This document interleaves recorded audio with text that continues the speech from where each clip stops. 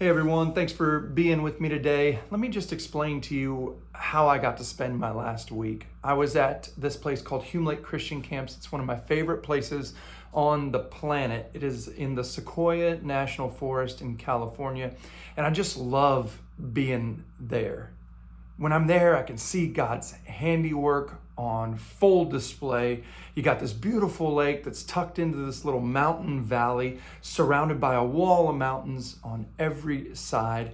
And then you've got these huge pine trees and sequoias all around you, reminding me of how small I am in the grand scheme of creation. I'm not up there by myself. I'm there with 500 plus junior hires and all their leaders, and I have the opportunity to speak of a God that created all those things, right? He has the power and the majesty and the creativity to create all those things, but yet he's also intimately interested in each and every one of us, because he's not just all knowing, but he's all loving. He doesn't just know what's going on in our lives, but he actually cares about what's going on in our lives.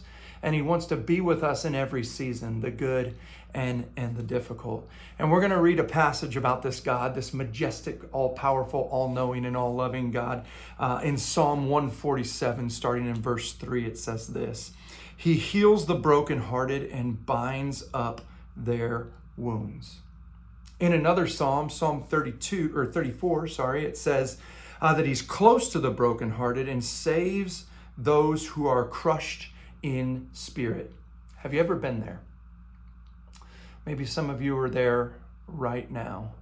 And I know in those seasons in my life when I feel like I am brokenhearted, or I'm being torn from the inside out, or I feel as though I am crushed in my spirit, when I really look back at those times, sometimes it's in those seasons that God speaks directly into my heart, because what's really happening is I'm coming to the end of myself. I'm coming to the end of what I am capable of, the weight that I am able to hold. And in those instances, God speaks directly into my heart and into my life, reminding me of my need for him. Because sometimes I'll be walking along in this life, and I'm sure you've done this yourself, and I've just been doing it kind of on autopilot or in my own strength. All the while, there's this all-powerful, all-creating, all-loving God that desires for me to acknowledge him with my life, to invest into a relationship that he desires to have with me, which is crazy, but that's his desire, that's his heart for us. But yet sometimes I'm so caught up in my way and what I need to do that I forget to invite him into my life. I forget that I have this all-powerful, all-loving, all-knowing God that desires to walk alongside with me. And the good thing, the encouragement that we see here is when we get to the end of ourselves and we're reminded of our need for him, he has no end, because he is so mighty. He has more than we could ever hope for or ask for. And I have a hard time explaining this, and I love that about our God, because if I could explain the fullness of our God to everybody, then that means that we have a small God. But because we have this massive God, our brains cannot possibly comprehend the total of his power and of his might, and of who he truly is and how much he loves us. And I love that I can't explain my God, because he is beyond my own comprehension. That gives me comfort at night, because that's the God that I find rest in, and that's the God that I'm sustained by in the seasons that we face.